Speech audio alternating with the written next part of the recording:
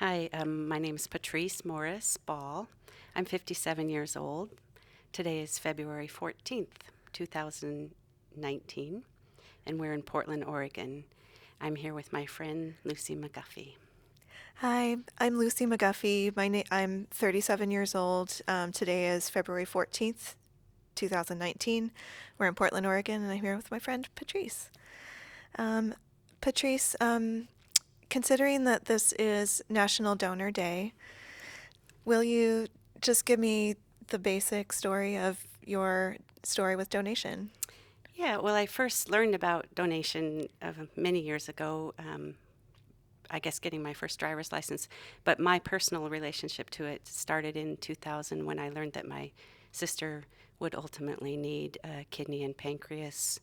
And then fast forward, she has a longer story, but in 2008, I became her kidney donor, not her first, but to this date, her last and most successful kidney donor. Great. Did you ever consider organ donation before you donated to your sister? I indicated on my driver's license Mm-hmm. at age 16, I guess, or when I was first asked that I wanted to be an organ donor. Certainly at that time, I didn't really understand all the ins and outs. I think a lot of people don't, but I felt good about the idea on the whole. It didn't really come to a reality for me until um, around 2004, because when my sister first needed a transplant, her doctors wanted her to have a kidney and pancreas based on her health that was all a result of her juvenile onset diabetes. Um, Knowing that a pancreas couldn't be donated from a living donor, that took myself and my siblings out of the running. So her first uh, double organ transplant came from a deceased donor. It wasn't until a few years later that the need came up again, and I started really thinking about, is this something I could do and should do? Mm-hmm. Can you talk about the decision process that you went through to actually make that decision to do it? Yeah, it was a whirlwind of emotion. It was a little bit scary. It was scary knowing that my sister's life was not going so well. She was on dialysis when she got her first transplant. Ultimately, that kidney and pancreas that she received were great, but over time, having come from a deceased donor, were not an ideal match. And ultimately, she rejected first the pancreas, um, and then eventually the kidney started to look like it was beginning to fail. Um, so when I started thinking about could I donate, I had 3 young kids. I was a single mom. My mother was a little worried about giving. My sister would not ask me or my other siblings because she had that kind of guilt that I think some recipients talk about. She felt like as much as she needed a kidney, she didn't dare ask anyone she loved to go under the knife on her behalf. Um, my children didn't have the benefit of a second parent, and so there were a lot of reasons why it was scary for me. But by the time she really did need a kidney, my kids were older. My job was more stable. I had um, the ability to take sick leave, and I had a partner then, a new partner in my life who was very supportive and caring and could help me get through it. So by the time I really considered it for a reality, all things seemed to line up, and there was nothing really scary about it anymore. Well, maybe the general anesthesia, but Hmm. but overall, nothing too scary. Mentioning general anesthesia, can you talk about your actual experience that day with the surgery and before and after and what you remember about it? Yeah, well, of course, through the testing process, I was given. It took about 3 months after I volunteered to be tested. The process was about 3 months long.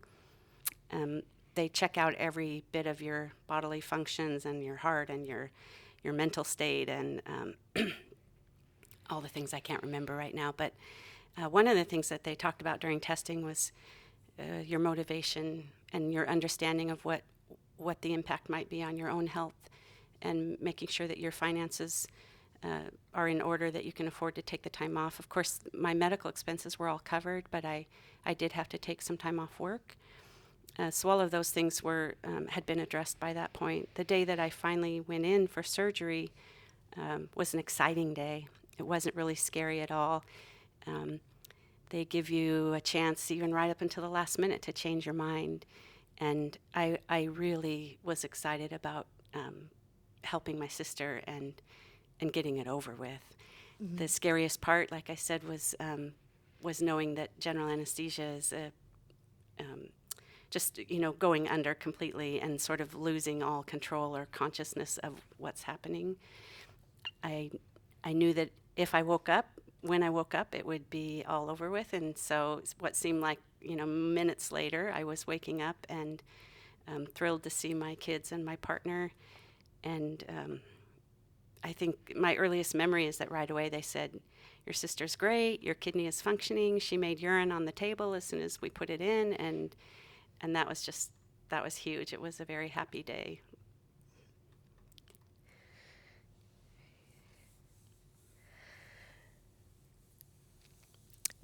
What was it like? Sorry. Did your sister know that you were going through the process to donate? I didn't tell her right away because Mm-hmm. I knew that matches have to happen, and I knew that just because we were sisters, it didn't mean that I would be a good match for her. I also had some minor health issues of my own, and I wasn't sure that those would be preventative Mm-hmm. or prevent the donation. Um, so when I first began testing, I didn't tell her. I contacted her coordinator, and I knew she was, her coordinator was at OHSU, so it wasn't difficult to track down the person that I needed to talk to. Of course, the coordinator was amazing. I'll just say her initials are TS, and she was very supportive and was a co-conspirator on the secrecy. She, she knew how badly my sister was hoping for a donor, and so as soon as we knew that it was all clear, she was excited for me to be able to give my sister the news. And at that point, my sister was feeling pretty down, pretty worried about her situation. And so the day that I told her I could not only was testing, but had decided I wanted to do this, was a happy day for both of us as well. How has it impacted your relationship with your sister over time? We're still very close. She's 8 years younger than me, so growing up, she was not. We have a sister between us who's closer in age to me. I was sort of out of the house by the time she was really, going through puberty, and so we weren't as close in those years, but we are very close today.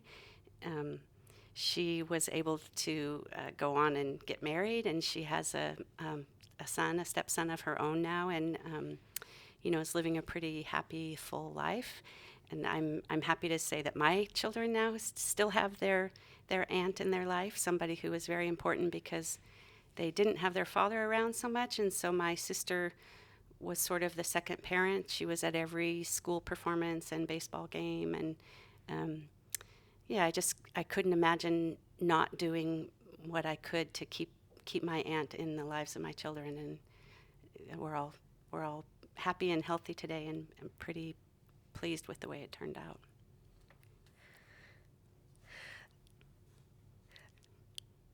So, go ahead. Are you finished? What do you wish you could tell someone else that is considering going through the donation process? I think that, of course, it's a very individual decision, and I would have volunteered with Donate Life Northwest to mentor anybody who's considering it. I'm not a medical expert. I only can tell my side of the story, but I would encourage anyone to at least explore it, even if there are some concerns. That's part of the process of screening, is to address those concerns and get a really clear understanding of medically what's going to happen, and also that your body can tolerate it, and that they're not going to take, for example, I didn't know that everyone has like I'm right-handed, and I also happen to be, my stronger kidney is my right side, which I think is um, usual. Most people have one side stronger than the other. It's often the right side, and that they take the least strong kidney, um, because they're really concerned with the donor's health and well-being. And so, if you're even considering it, it's worth it to go through the testing, or at least the early stages of inquiry, um, because you'll have lots of opportunity during the process before you have to decide for certain, even right up until the last minute. They kept giving me every chance to make sure that I really wanted to do what I was doing. Okay. So I know that you work as a surgical transplant nurse. Um, how did you decide to go into nursing? Well, nursing in general. So there's a story about how I decided to go into nursing and then how I wound up in the operating room. But nursing in general, my first degree was in math, and I decided for a couple years, I worked in various offices, and I just wasn't happy with that type of work. I wanted to do something more active, be on my feet, work with my hands, and do something with, that interacted with people. Mm. Just to do something good, and nursing seemed like a natural fit. I tell people that my mom used to tell me that when I was in high school, she thought to herself that I would have made a good nurse, but she didn't dare say anything because I would have said no. So I arrived at that decision on my own many years later, and it's been a good fit for me. That's great.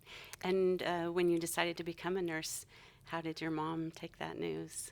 Oh, I think she was really happy. Like I was going to be doing something good with my Hmm. life. And So that was the point when she told you the story of her yeah, premonition. yeah. She never told me before I came to that decision on my own. That's great.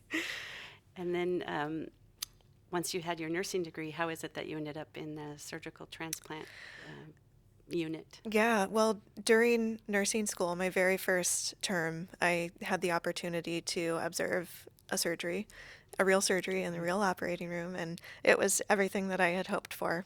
I was hooked. So I tried to keep an open mind, and had all the experiences that any nursing student has, but I was I had my heart set on going into the operating room.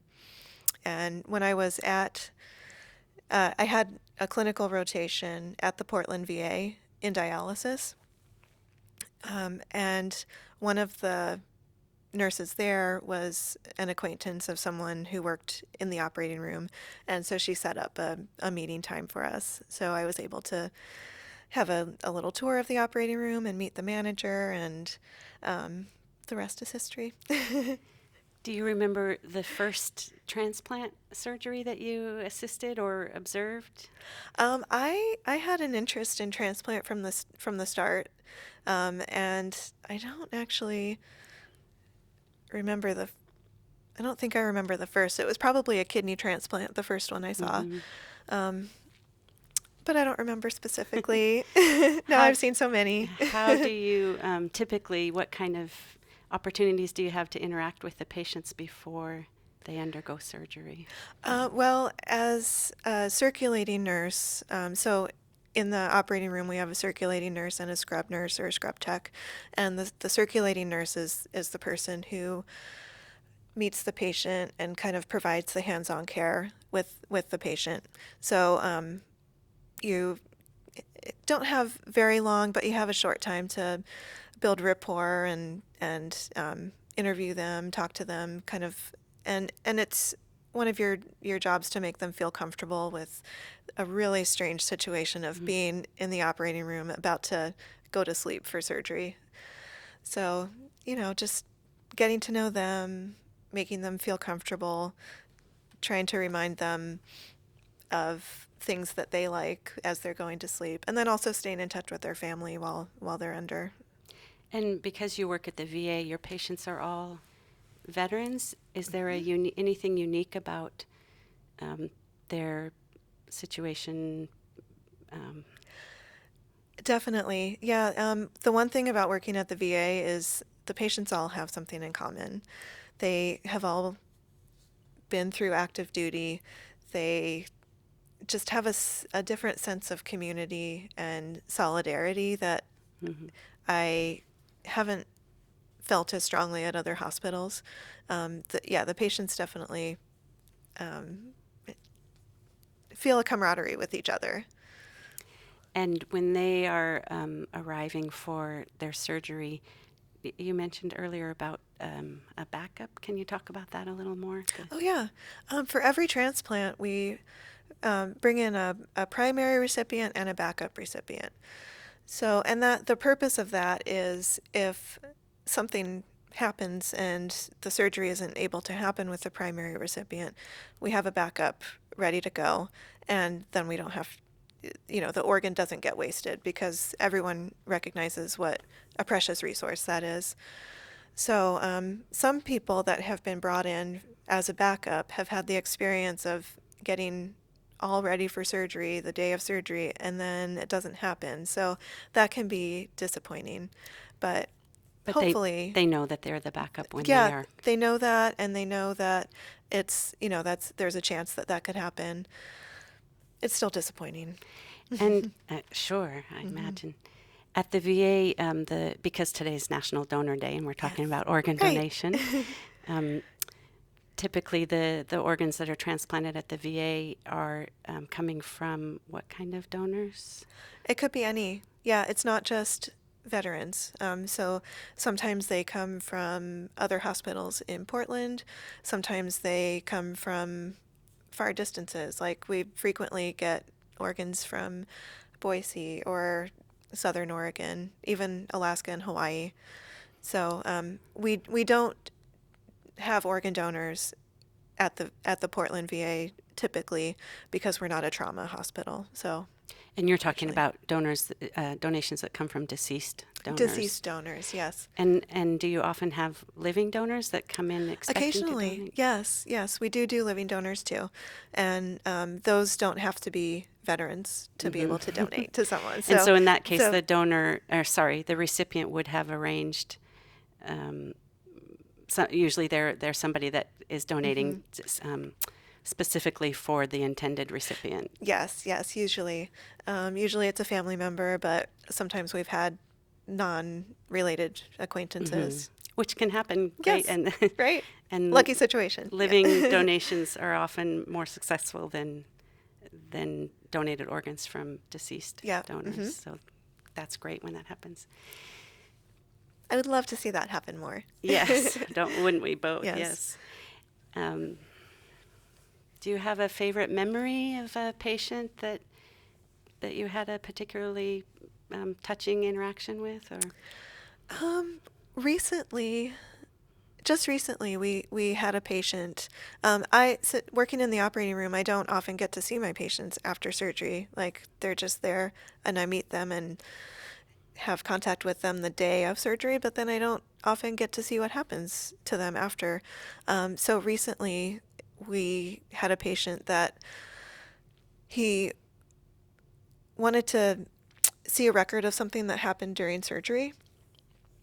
And I went up and met with him and showed it to him. And so that was a really nice opportunity to get to see after surgery. He had Mhm. had a liver transplant and he was doing great a couple months later. And were you present for his I surgery? was, yes. So So I you got got to to know him and his wife the day, and then I got to see both of them you saw later. them before and after, Yep, which and they remembered me. uh, as a surgical patient, I don't remember the names of my nurses, but I remember how important it was, how comforting it was to hear their words and feel their really genuine concern and compassion as I was not only preparing to go under for surgery, but the care afterwards. And, it was, they they just really felt like it wasn't just a job for them. Mm-hmm. It was that they really felt concerned and personally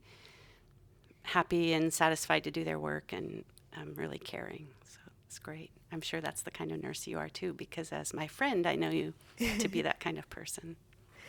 Well, thanks, Patrice. Um, do we have time for a little bit more? Oh, okay. Do you want to talk about how we met? I do. So, I go ahead. I Patrice and I, we go to a Pilates class together, and we had been in class together for, I don't know, several weeks or months. And then one day, Patrice wore a T-shirt that said Transplant Trotters. And I had no idea what that meant. I didn't know about her connection with transplant. And so I asked her, what kind of transplant is your shirt talking about?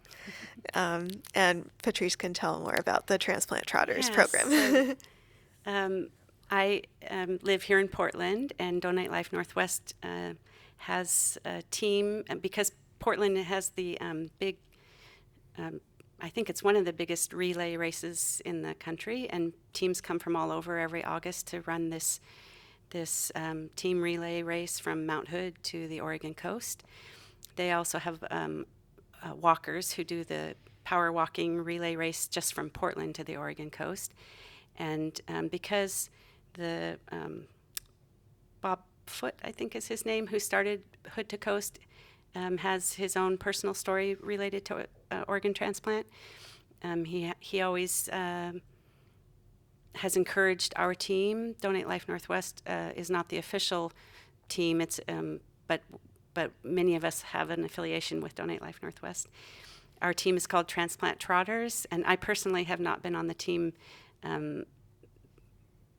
more than 1 year as an active team participant, but every year our team is compiled of former donors, living donors, and recipients, and in a few cases, recipient family members or donor family members.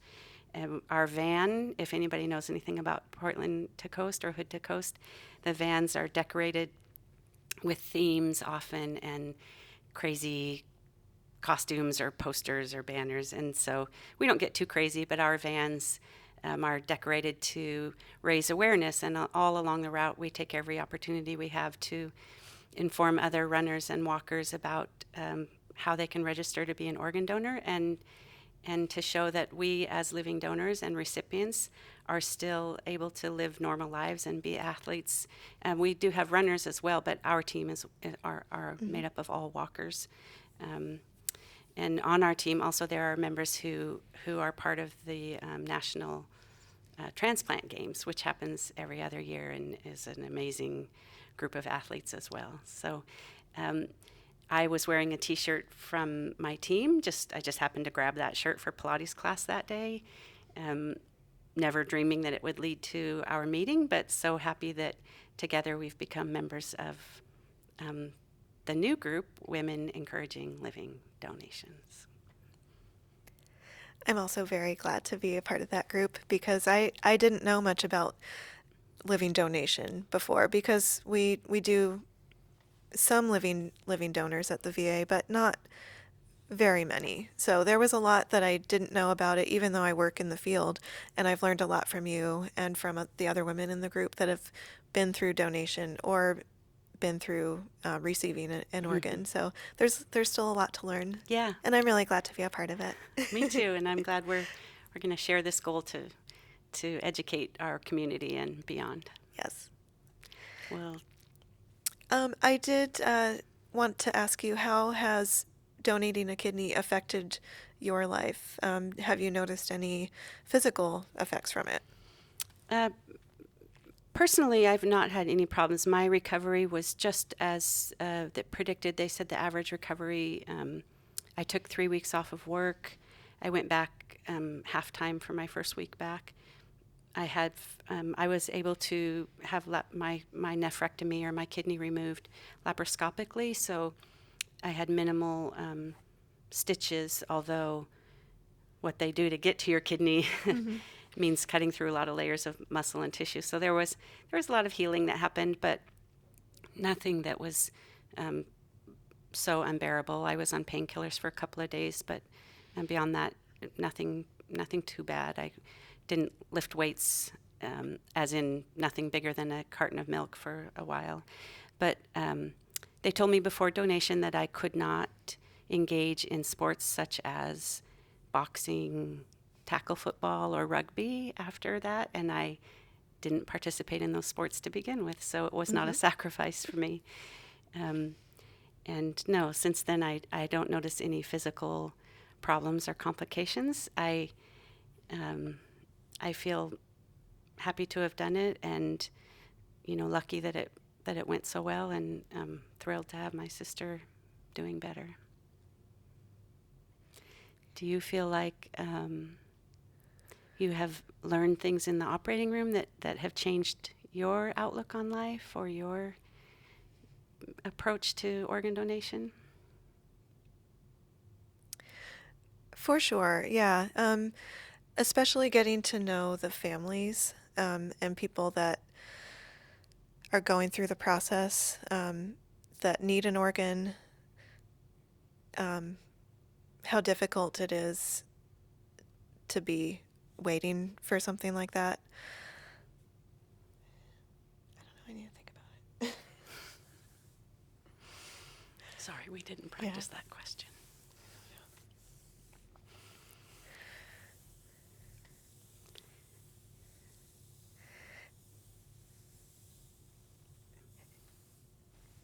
Can we do a do-over? I did want to talk about what WELD actually means. It stands for Women Encouraging Living Donation. And just like me working in the field, and I didn't know much about living donation or the process or even the opportunity that um, some people can donate, even if you don't have an intended recipient. So this group is put together of women that have some connection to organ donation, whether they've been recipients or donors, or if they work in the field, they're transplant coordinators or nurses or doctors, just to raise awareness in the community and, you know, tell people that it's possible to be an organ donor even if you don't have a recipient. Right. So, When I was invited to join WELD, which I heard about through Donate Life Northwest, um, I was curious about why women, why it's a women's group, and it was explained to me, and I did more research myself online, that this group began in San Diego. This group began in San Diego with a woman, Diane, who had donated a kidney to a good friend. Later, that friendship evolved into a romance, which ended in marriage and is still going strong today. But Diane organized this group of women in San Diego because her research revealed that women are more often than not, there are more living donors who are women than men, and that women are very often the decision makers in families, the healthcare managers of their families, the caregivers, the not to offend any men, but often the women are the doers and the shakers of the family, and that maybe they could do some good by spreading their awareness and, like you said, helping educate their community about the ways that you can give, and including donating a kidney, or even in Weld we have some liver donors too, which is also something you can donate when you're living, not your whole liver, but part of it. And while we welcome men's involvement, it does so happen that women are outnumbering men in these areas, and maybe men can take up that challenge and do their best to outnumber the amazing women out there who are doing this work. And in San Diego, the WELD team does include surgeons and care providers and other professionals who are involved in in the work, which is why when I was invited to join Weld, I asked if I could invite you, because it happened that that was right around the time you approached me at Pilates and said you wanted to be involved. And because my students didn't, or even if they had, I invited you to join my class because I teach a class at Portland State University to raise awareness about the organ donor registry. I felt like there's this great nurse with this knowledge that I don't have, and my students will sometimes ask a question of me that's more technical, medical, which I am in no way qualified to answer. And I thought you would be a great resource for my students. When you said that you were interested in just getting involved in more ways, I thought you would be a great person to join us at Weld. So it's been a win-win for us. Thank you. Oh, of course. And thank you for all that you do and for being a donor. I'm just so inspired by not just you, but all the women that in the group that have been donors. It's just such an amazing gift. And I love you guys. Yeah, thank you. Happy Valentine's Day and You too. Happy Donor Day. Donor Day and happy Oregon's birthday. Yeah, thank you.